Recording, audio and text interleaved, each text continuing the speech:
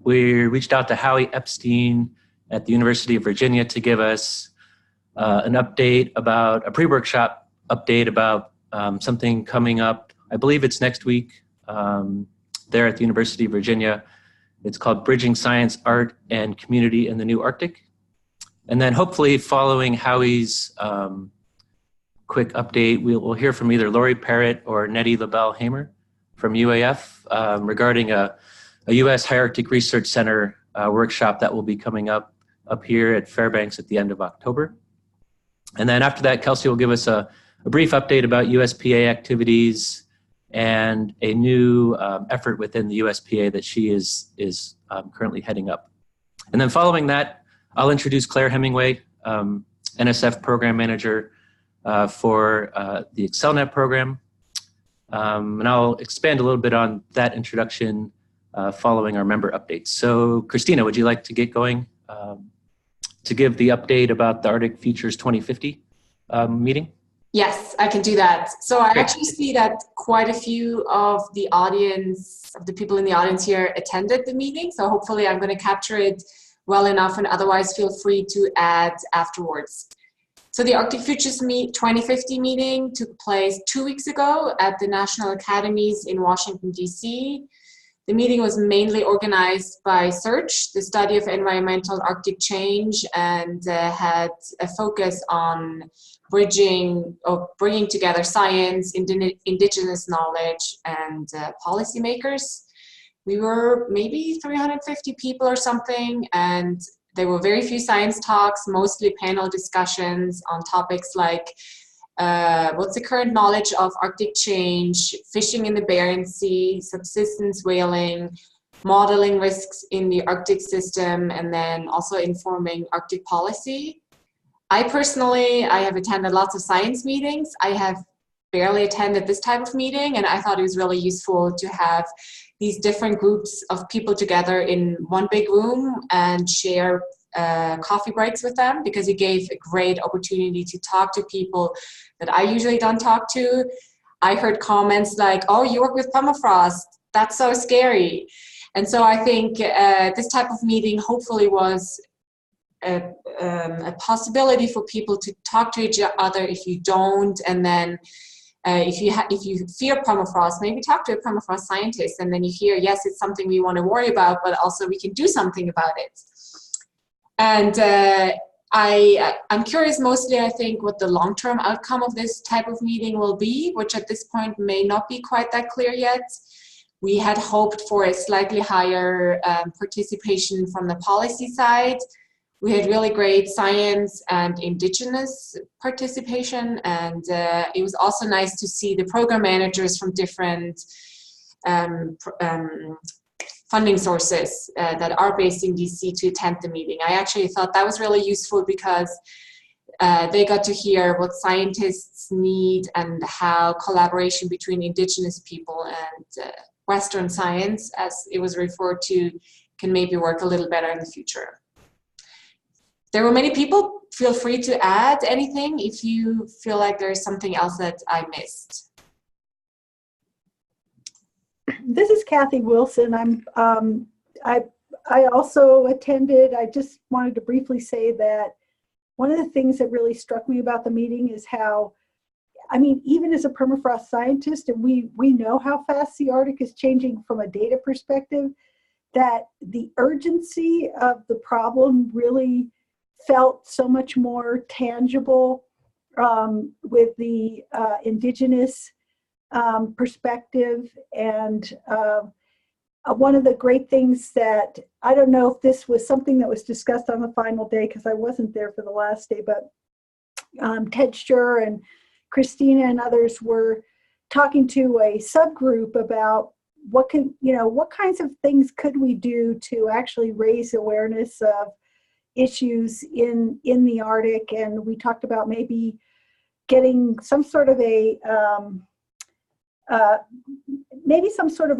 short movie or something that was entertaining, but also stresses why climate change science and the Arctic in particular is so important, and and is an urgent issue, but is done in a format that's not doom and gloom, but gets the U.S. public really engaged. So that was something that I really wanted to thank Ted and Christina, to kind of bring up and put a seed in our brain.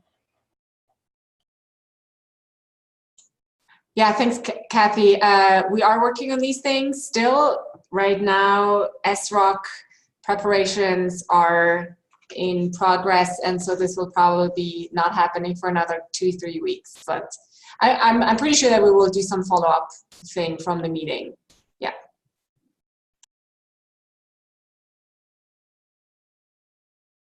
Yeah, that's great. Thanks, Christina.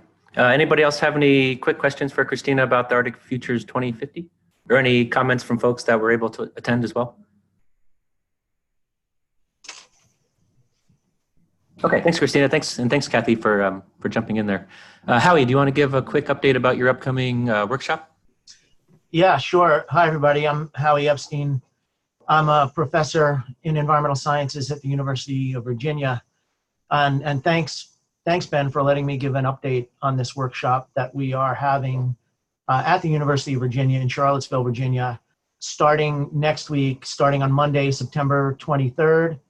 The title of the conference / workshop is Bridging Science, Art, and Community in the New Arctic.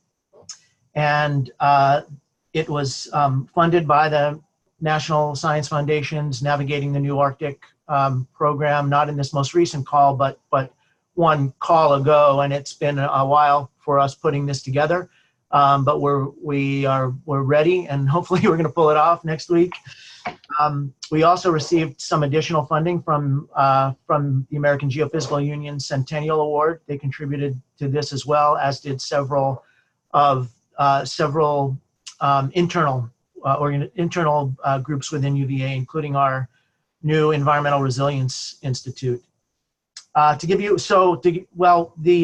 hope was that we were hoping for 50 to 60 people. We know that this is sort of a boutique kind of a conference with a lot of other Arctic meetings going on as well. When I last checked, we were upwards of 90 registrants, which is just incredible. We ended up closing the online registration, but we are not going to turn anybody away. If people are still interested in coming, you can register on site. To find information, information is on the Environmental Resilience Institute website at the University of Virginia. So I believe it's eri.virginia.edu. And just to tell you a little bit about what we're going to be doing, the first day will be symposium format. We have a number of invited speakers, I think 8 to 10 invited speakers, and they're going to be talking across a variety of disciplines, and they'll be interspersed with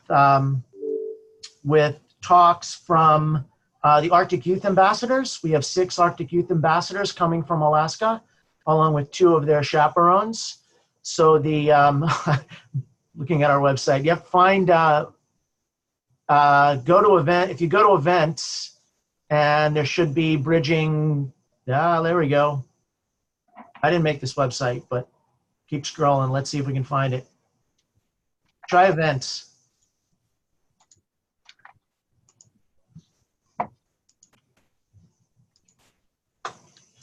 Let's see. There we go. Right there. Yeah, nice. Click on it. Beautiful. All right, you found it. Okay. 3-day. First day will be a symposium. Again, speakers interspersed with Arctic Youth Ambassadors. On Monday evening, there will be a music performance featuring the Grammy Award-winning group 8th Blackbird, and also a local string quartet. On Tuesday, we'll have a different format. It will be 4 panel discussions. The topics will be land, oceans, infrastructure, and community, although the folks participating in those panel discussions will be across disciplines, including environmental scientists, architects, and artists. And then Tuesday evening, there will be an exhibit, an art exhibit. We're featuring 2 artists, one from Penn State, Abingdon, and one from the New York School of Visual Arts. And they have an exhibit here at UVA entitled "A Quick and Tragic Thaw," and it's an exhibit featuring climate change, featuring Arctic climate change themes. On Wednesday, there will be an ecoacoustics workshop led by Matthew Bertner, who is a music professor here at UVA, who grew up in Alaska, and he writes compositions based on northern environmental sounds and also data from the north. He did a composition based on sea ice data a few years ago. And then we'll wrap up and figure out, basically do some planning for the future and how do we continue to work to bridge multiple disciplines in our Arctic research program. I think that's all. Anybody has any questions? Thanks, Howie. That sounds like a really amazing workshop and conference. Any questions for Howie? Is anybody on the line possibly going? I think Craig is going. No, I hope Craig is going because he's giving a talk. Yeah, I'll be there, Howie. All right. Looking forward to it. Great. Howie, this is Peter Griffith. I'm really sorry that I can't be there, but next week is the Terrestrial Ecology Science I know. Yeah, we did a poor job with that, but I hope I'm still pretty excited about our turnout. That sounds like it's going to be fantastic. Just so we have the Skip Walker, Craig Tweedy, Anna Lillidahl, Lars Nelson, Geneviève Vachon, Martin Jeffries are going to be speakers. So we were really great. I think we have a really great lineup. I'm excited about it. Great. Well, thanks, Howie. Yeah, I look forward to hearing how it goes. Yeah, thanks for jumping on the line today. Appreciate that. You're welcome. I appreciate the time. Thanks. Yep. Well, you're welcome. See you later if you got to jump off now, or stick around as long as you can. Okay. Thank you. Okay. So next up, I saw Lori. Lori was able to hop on the call today. Hello. Lori's here. From Sandia National Laboratory. Hi, Lori. Hi there. Lori's going to give us a brief update about an upcoming workshop in Fairbanks at the end of October in regards to a U.S. High Arctic Research Center. Okay, yes. Is it? Am I able to share a screen? You should be able to. Let me ask Meredith to jump on real quick. Meredith, is that okay? Yeah, so I just stopped sharing mine, so now there should be a green share button at the bottom of... Yeah. There we go. Okay, so can you see a map of Aliktok Point? Yes. Okay, so I'm presenting on behalf of Nettie Labelle-Hamer and myself and Prasad Gogenini from the University of Alabama. Nettie, we are a committee that has some NSF funding to hold a workshop in Fairbanks on October 29th and 30th to explore the science questions that could be answered uniquely at a high Arctic research station at Aliktok Point, Alaska. Many of you have heard we've been presenting this concept for a few years, that on behalf of the DOE Office of Science, Sandia manages restricted airspace that is 40 miles wide and 700 miles long out over the Arctic Ocean. And we believe because of this airspace, and we've been up there for about 6 years now doing atmospheric measurements, we think this is a very unique scientific asset and are hopeful to bring together the science community to identify science needs where this could complement other research centers or engagements in Canada or in Western Alaska or in Barrow, but preserve this asset to be useful for unmanned system research or data collection, for terrestrial or ocean access. The benefit of Aliktok Point is there's a road from the lower 48, drastically changes the cost of science, and there's this restricted airspace. So if anybody is interested in attending this workshop, they need to reach out to Nettie or me. There is a limited amount of travel funding available. It will be prioritized for domain science experts so that we can really neck down on what science questions are defensible to the NSF and for which this asset and center could be useful. That's it.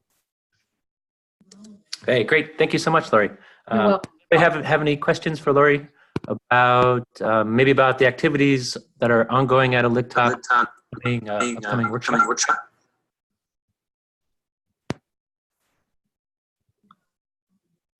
Great. Okay, thanks for the opportunity. Hey. Yeah, you're welcome, Lori. Thanks for jumping on. Uh-huh. Okay, we'll wrap up the member updates with Kelsey Nyland from George Washington University. As she said, she's on the line today representing the U.S. Permafrost Association. And she's also heading up a new effort within the USPA that's geared towards permafrost young researchers. So go ahead, Kelsey. And Great. Lori, Thanks for having me here today. stop sharing your screen and Kelsey can take over. There should be a red stop share button at the top part of the screen. Sometimes you have to move your mouse over it.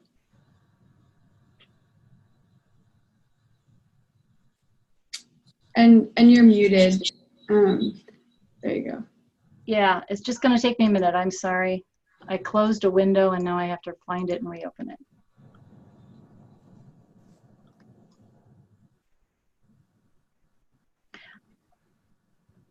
So it should be like on the Zoom where like our videos and thing are, yeah, our videos are in the mute button. There we go. There we go. Okay. It says stop share. Got it. Thanks. Okay. Thank you. Great, thanks, Lori. Mm-hmm. All right. Can everyone see that one slide? Yep. Great. Well, today I'm here basically to promote the U.S. Permafrost Association, for which I'm serving, like Ben mentioned, on the Education Fund Committee. So what I just want to do is explain a little bit about what the USPA is, what we do, and some of the advantages. If any of you are not a member, I'm really encouraging you to join. Having a particular push for membership, particularly to support student awards to attend conferences. And I have a list of upcoming ones. So just really basic, the U.S. Permafrost Association, we promote awareness of permafrost science and engineering. And we provide services to our members to connect them with each other and with other professional peers and relevant activities, meetings, conferences around the world. So the USPA is part of a 25-nation international permafrost association.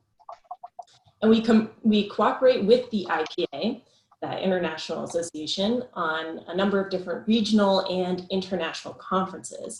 So on the slide, I think you guys can see my mouse. These are the 3 upcoming events that we're advertising on the website, and I thought I would mention here. So they include the first Southern Conference on Permafrost that's being held this December, the 22nd to the 26th in Queenstown, New Zealand. That'll be a great conference. There'll also be the 12th International Conference on Permafrost in Lanzhou, China, and that's next June. And then also after that will be the regional conference. There's been a number of regional conferences. The next one will be in Boulder, Colorado, and so that's July of 2021. So for members, we also promote professional development, particularly for student members. But for everyone, we have something called the Permafrost Monthly Alert. And this is a list of references of all recent permafrost-related publications. So it's a great resource, especially for anyone who has students. I recently finished my dissertation. I used this quite a bit. It was very helpful. And we also have 2 student-oriented subcommittees. One is the Permafrost Engineering Education Program. So this really focuses on engineering students who are working in permafrost regions. And then we also have my committee, what I chair, which is called UPEF, the USPA committee that connects with Permafrost Young Researchers Network. And this is specifically an educational fund. Now, both what we call PEEP and UPEF, one of our mainstays is we try to offer funding opportunities to our student members. In the past, we've been able to fund over 57 students attending meetings like the International Permafrost Conferences, AGU regional conferences, and we've also been able to provide some small funds for doing research in the field, especially within Alaska. So what we're really emphasizing right now is we're trying to do a big membership drive. If anyone is interested in being a professional member, a student member, a corporate member even, our website is listed here, the bottom right of that slide, and you can join online. Again, we do a lot of good work, and if anybody has any questions about any of the services provided or initiatives that we have going on, happy to take some questions. Great, thanks, Kelsey. Any questions for Kelsey about USPA activities and or how to become a member if you're not currently a member? I'd just like to echo that. Distilled into, there's a PDF document that was submitted before this meeting that'll be shared on the website. Great, thanks, Kelsey. Yeah, I just want to echo that the USPA is a great organization. And a lot of the membership fees go towards providing funding for students to travel to conferences and present their research. I think when I was an undergrad, a master's and a PhD student, I applied for student travel support to attend the AGU, and I got it each time. It's definitely a great program. So if you're not a member, please consider signing up to become one. Yeah, I had a similar experience, and it's really great. And I would say anyone who has students on this call, please tell them, become a member and keep an eye out. We're gonna have several travel awards becoming available over the next month for the upcoming AGU conference. So thanks again, Ben. Cool, yeah, you're welcome, Kelsey, thank you. Okay, so I'll take a couple minutes now to transition over to our featured speaker of the month. It is Claire Hemingway. She's a program manager at the NSF. And I first found out about this program called AccelNet. It was actually through IARPC about a year ago. I think it was Sandy Starkweather had put up an IARPC posting just announcing this this newish program at the NSF and the call for letters of intent, and then also a heads up on the solicitation. Oh yeah, so thanks, Meredith. Yeah, so this is the IARPC posting that I saw from Sandy. I guess, yeah, last October. So anyway, it just goes to show like how IARPC can really help to spread the word about upcoming activities, workshops, calls for proposals, recently published papers. So it's always nice to take the time to read the IARPC updates of the week. So I saw this AccelNet solicitation and immediately got excited about it because for sure permafrost is an international phenomenon. There's a legacy of international collaboration in the permafrost sciences that goes back several decades. So I wanted to invite Claire to give a talk this month, because we're in basically the time of the year where we report on our performance elements for the various collaboration teams at IARPC. And during this time, we have the opportunity to put forward potentially new performance elements. And right now, we currently don't have one focused on international collaborative efforts or projects within the PCT. So hopefully after Claire's presentation, we can have a short discussion about potentially adding an international focus to some of our performance elements for reporting in FY20. So yeah, to introduce Claire, she's NSF Program Manager. One of the programs that she's in charge of is accelerating research through international network-to-network collaborations. For short, that's AccelNet. The main goal of the AccelNet program is to accelerate the process of scientific discovery and prepare the next generation of US researchers for multi-team international collaborations. The AccelNet program supports strategic linkages among US research networks and complementary networks abroad that will leverage research and educational resources to tackle grand scientific challenges that requires significant coordinated international efforts. So with that, Claire, I'll turn it over to you. Look forward to hearing your presentation about the AccelNet program.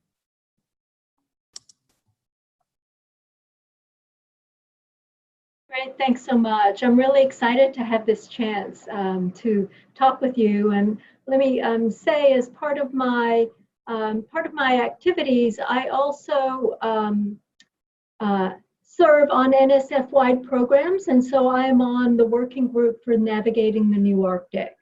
In addition to programmatic activities, I also, in the international office, have country responsibilities for science diplomacy, and Canada is my key country, and so I do a lot of US-Canada cooperation and exploring what are NSF's interests and needs and what are Canadian interests and needs. So there are a variety of things I do, but what I want to talk to you about is AccelNet, and I'll also make a few links to other activities because there is a connection to navigating the new Arctic, and I'll make that clear for you. But I want to give a bit of background about how NSF has supported research collaborations, because they occur across all scales, small groups and large groups of collaborations.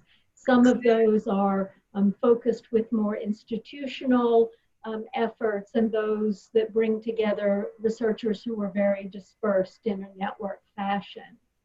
And then there are a lot of varieties of support that are focused in the domestic realm, but there have also been quite a number of efforts that support collaborations in the international realm.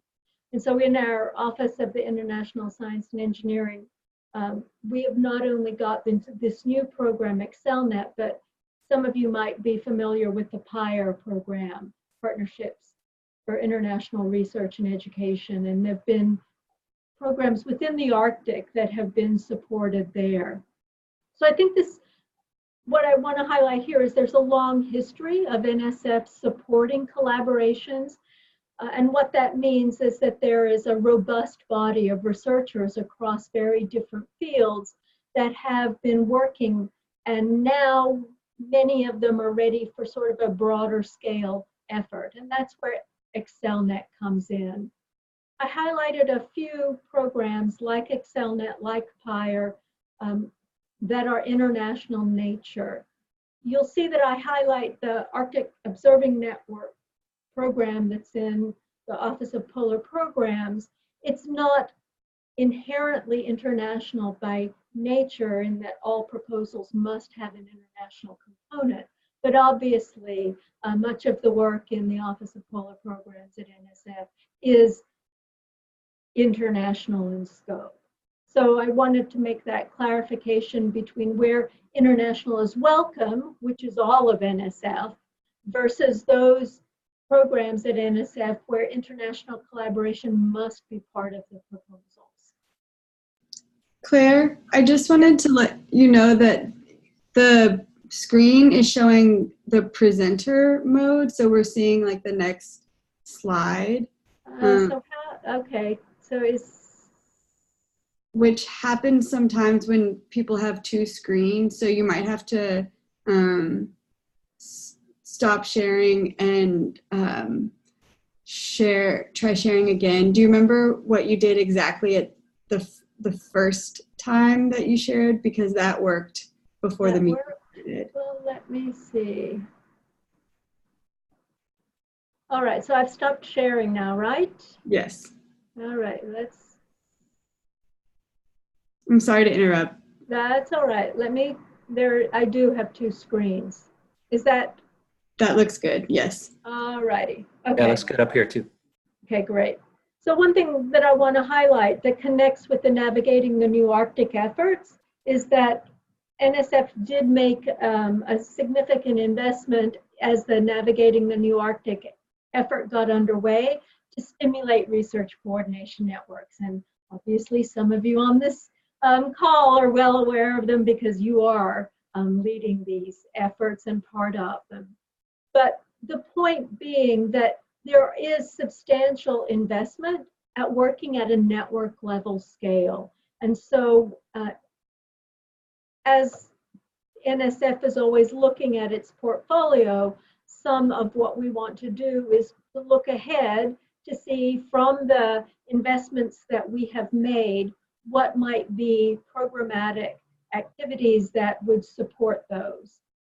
So what AccelNet is attempting to do is to leverage investments that have been made in cultivating individual networks and begin to think about how we can support networks of networks, because there are many efforts that could be connected both domestically and internationally that would allow for research efforts and coordination across research efforts to scale beyond that of a single network.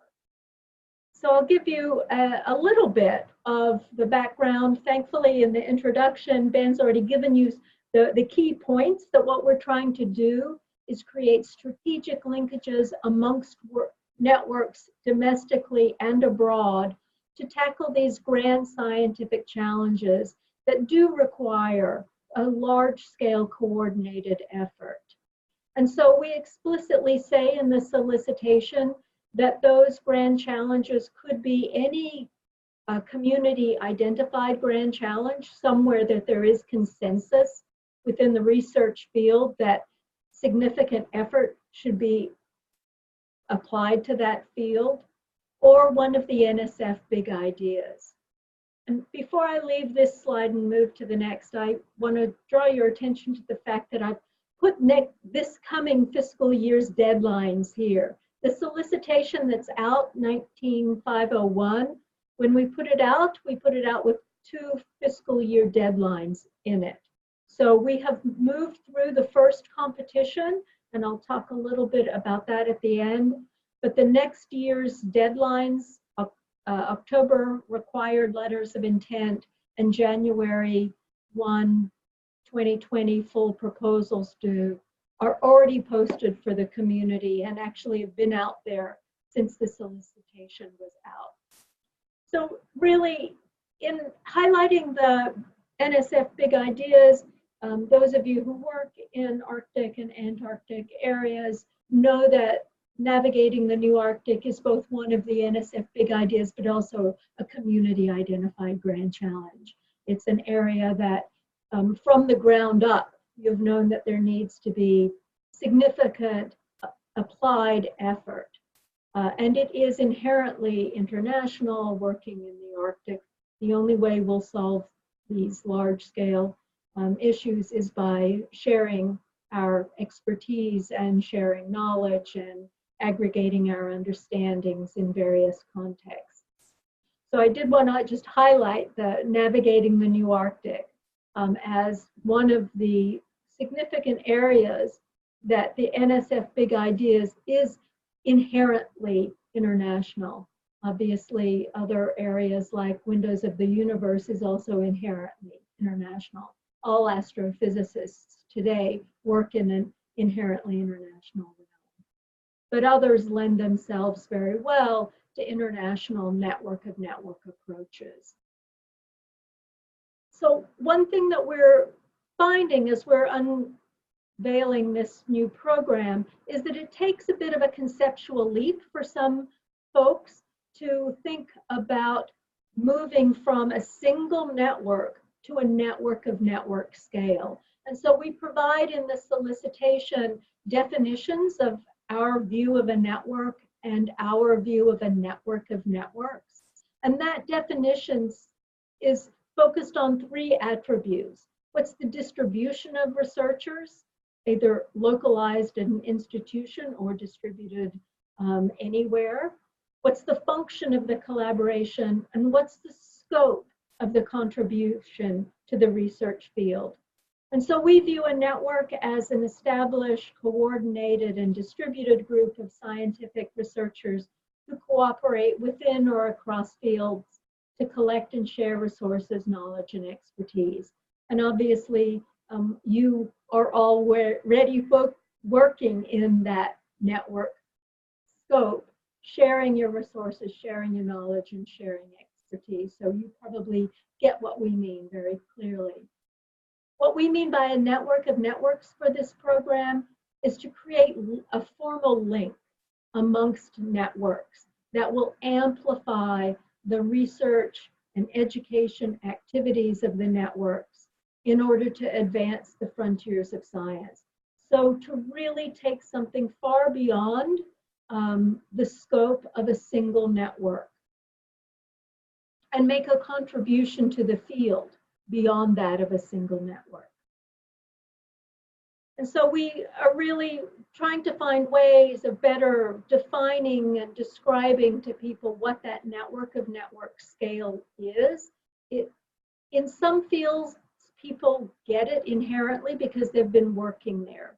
In other fields, people are less familiar with what something at a network of network scale might look like. And so we're really driving the point here that it goes well beyond a couple of formal research groups working together. We really see that a network of network scope should provide benefits to a wide array of the network participants and should involve leadership from the various networks. And there should be free-flowing membership in that network of networks based on the common interest of the research and the alignment of their research activities. And that, of course, open flow to join a network means that the network and networks of networks that are connected have great potential to evolve over time. That's, I think, a key feature is that we see these as not closed entities, but very open and adaptive and evolving entities as research networks come together to identify how they can align their research agendas to move a grand challenge ahead. Their understanding will evolve over time as they progress. So that has to be a very open and very fluid. So I wanted to give you a sense that as we've been building this program, we first took a good look to see what did NSF offer and is there anything at a network of network scale? And then once we'd convinced ourselves that there was a gap at that network of network scales, we wanted to do a reality check with the research community and ask whether or not the research community felt that their fields were ready for an opportunity to connect US research networks with networks abroad. And so in 2017, we put out a Dear Colleague letter asking for white paper responses. And as you might imagine, we did indeed get a wide variety of responses, and those included quite a number from the Arctic fields. We also brought together some experts who work in international science and in network science to guide our thinking. And of course, we drew on the literature. So I want to highlight just two key pieces from the literature, and ones that no matter how you look at it, mobility is really important to individual researchers, to the research efforts that those researchers are involved in, and by having researchers move from country to country to share their ideas, where there's that free flow of people going in and out of a country, the publications that come out of those countries have a higher impact factor. They're cited more often. And so there's a great rationale to ensure that there is strong mobility of researchers. It leads to high impact science. And then if you take a look at the impact for individual researchers and you look at who's involved in collaborations across different scales, whether they work alone or in informal research groups or in formal research groups or in networks, you see that it's most likely that at younger stages in their careers, assistant professors, they are less likely to work in international networks than full professors. And this happens to be a set of data from universities in Norway, so they took a very careful look within the Norwegian research endeavor to see how their researchers were working. But I feel pretty confident this is a common distribution in many countries. Bottom line is the opportunities for early researchers to work in networks are much needed, but they often need some real scaffolding because of the less likelihood that early career researchers will be involved. So as at a program, we take very seriously the effort to accelerate the progress of scientific discovery, but we also believe that that will best be achieved by ensuring that we are preparing the next generation of students, postdoctoral scholars, and early career researchers to conduct and lead these multi-team international collaborations. So these are two-pronged goals for the program. And we have some specific characteristics that we're looking for the networks of networks to develop over the course of their projects. Clearly, they must be international inherently, and that international engagement should be integral to the success of the network of networks. And we are looking for this alignment of mission and goals amongst the participating networks so that the agenda, the research roadmap, has a clear path ahead, and that everybody in the network is going to have some mutual benefits by leveraging their resources. I've already hit on the point that we want to prepare the next generation, and explicitly by providing professional skills and opportunities in that global research endeavor. But a key thing we also want to come out of these networks are protocols and activities and products that are going to reduce the barriers to international collaboration.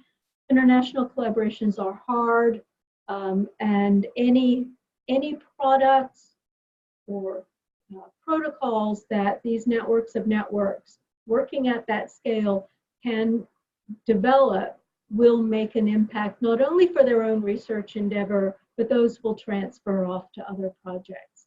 So that's a key thing we want to have happen. We offer two levels of projects, a catalytic level where teams should be just at those early stages of thinking how they might identify gaps in the knowledge that a network of networks could fill. So those are up to 3 years and currently $750K. The larger full-scale level projects are up to 5 years long and up to 2 million. We outline, of course, in the solicitation what we expect projects at each of those two levels to achieve. And one thing that I want to highlight is, again, coming back to these developing protocols, we're hoping that they will establish means of handling that all-important data sharing, intellectual property, and other needs of collaborations at that scale. So I'll get to a really exciting point for us, having run the first competition. We don't have all of the awards out quite yet.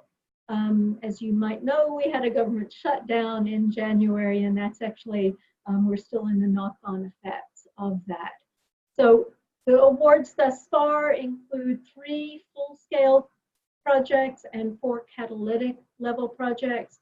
I hope that in the next week, the remaining recommended projects will be announced. We cover quite an array of types of projects, a lot in the engineering fields, a fair number of sustainability projects.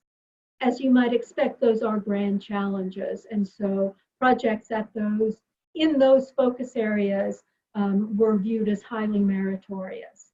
So there will be more to share with you. As we're wrapping up the first cohort of awards, we're also gearing up for the next 2020 competition, and we'll be unveiling webinars in the coming months and taking questions from people about what might fit. So that's where we are, and we'll be seeing how this AccelNet program develops. I'm a firm believer in viewing every new program as an experiment. NSF has not offered a network of networks scale opportunity before, so we have yet a lot to learn about what research areas are best suited, ready to go, and how to best support those networks of networks. But we are gearing up for the first project meeting from these awardees in October, and when we get people together, we will learn more about their visions and then how we as an NSF program can support them. So I'll stop there, I think. Yeah, excellent. Thank you, Claire. Yeah, great presentation. We have time. Let's see, we have about 10 minutes left on the call today. Does anybody have any questions for Claire? Yeah, go ahead, Peter. Hey, Ben. I have all sorts of questions. Claire, I'm not sure if you're familiar with, there are two other agency folks on the line, Kathy Wilson from ARCUS and myself from Above, who are working in what our agencies would call projects. Mm-hmm. But in many respects, they're both implemented, well, particularly Above, but I won't put any words in Kathy's mouth. Implemented as some aspects of this network of networks. Mm-hmm. NASA could never have taken on Above without the participation of NSF-funded investigators at LTER sites and NEON sites and the Park Service and BLM and Canadian Forest Service in Canada and the government of Northwest Territories and all of these, other organizations. And I'm wondering, I guess you're hoping to get some sort of proposal from the IARPC community by making this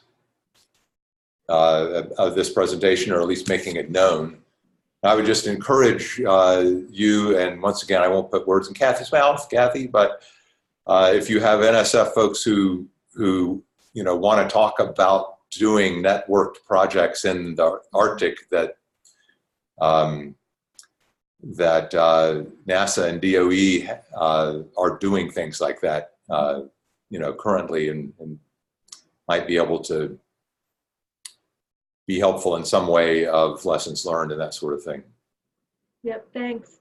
We're certainly, as a agency, of course, always interested in sharing lessons at the programmatic level with other agencies. But I want to be clear that in the AccelNet program, we are open to all research fields. And so this isn't necessarily a specific special call for something in this area, but because it fits so beautifully with navigating the new Arctic and aligns well, it's a great opportunity for the community. Mm-hmm. Yeah, great feedback, Peter. Maybe one thing, Claire, so in terms of the AccelNet program, so there are some limitations for funding research, correct? So it's not necessarily a solicitation geared towards 100% research money, for example. That's correct. It is a networking activity, which is why I use the research coordination networks as a sort of a stepping stone to describe scaling up to network of network approaches, because it is about the networking, not the funding the research component. Yeah, thanks for bringing that up. Yeah, so one of these projects then isn't about it's about studying how to make a network, then is what you're trying to do? Providing the opportunities for people to identify their research roadmaps over a 5-year period that would really drive research in the field ahead. There is a very small component for actual research, just to catalyze activities for graduate students, postdoc, or early career researchers. But it's really about the funds to bring people together. More in the like in meetings. Hold on a second. Let me hang up that phone. My wife won't let me disconnect the landline. Yeah, Miriam's got one of those today too. And there's literally nothing that comes in on that that's that's real. So so these projects, it also strikes me from this size of the grant that it takes a lot more than those kinds of dollars in order to manage a project. Yeah. A large project is pretty expensive to coordinate and implement and do all of those things, even beyond the research. So it's not talking about creating a project management structure. It's more facilitating opportunities for people to talk to each other. Yes, and we're excited to see some good models of scholar exchange that would allow for the brain circulation. NSF doesn't typically cover the funds for non-US researchers, but this opportunity will allow for NSF, the PI, to cover travel for foreign researchers. Mm-hmm. So it will cover travel in any direction, and so we're really hoping that that we will get some interesting models of people networking together to align their research agendas and to plan their research. We can't cover the research costs per se, but allow people to make that planning happen and provide professional development opportunities and scholar exchanges. Yeah, that's really good that you're doing that. That's something that's increasingly difficult to do, and we at NASA continue to find ways of paying for international partners to at least participate in terms of their travel, but that's a real challenge. Yeah. Thanks, Peter. So we're up against the bottom of the hour here. I think we can go over by a few minutes if anybody wants to stick around, ask a few more questions to Claire if she's free, and or if anybody wants to have any follow-up discussion. Claire, I could chime in with one more brief question, I think. So following on Lori's overview earlier about this this workshop for a U.S. High Arctic Research Center, so could somebody be competitive by submitting a proposal to AccelNet that was focused on a research center and using funds to try to bring people in? So not necessarily fund the research per se, but use the funds to bring people in to do research on already funded projects, for example?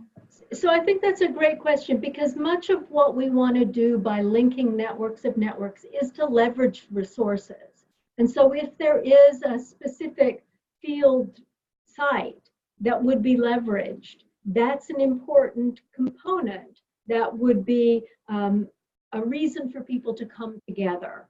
So yes, I think that there could be great rationale for that. There could also be some exciting, again, thinking about scholar exchanges, there could be some wonderful sharing of mutual benefits at high Arctic stations across sites. Okay, great. Great, thanks. Like the Canadian High Arctic Research Station in... Yes, which is now unveiled officially. Yeah.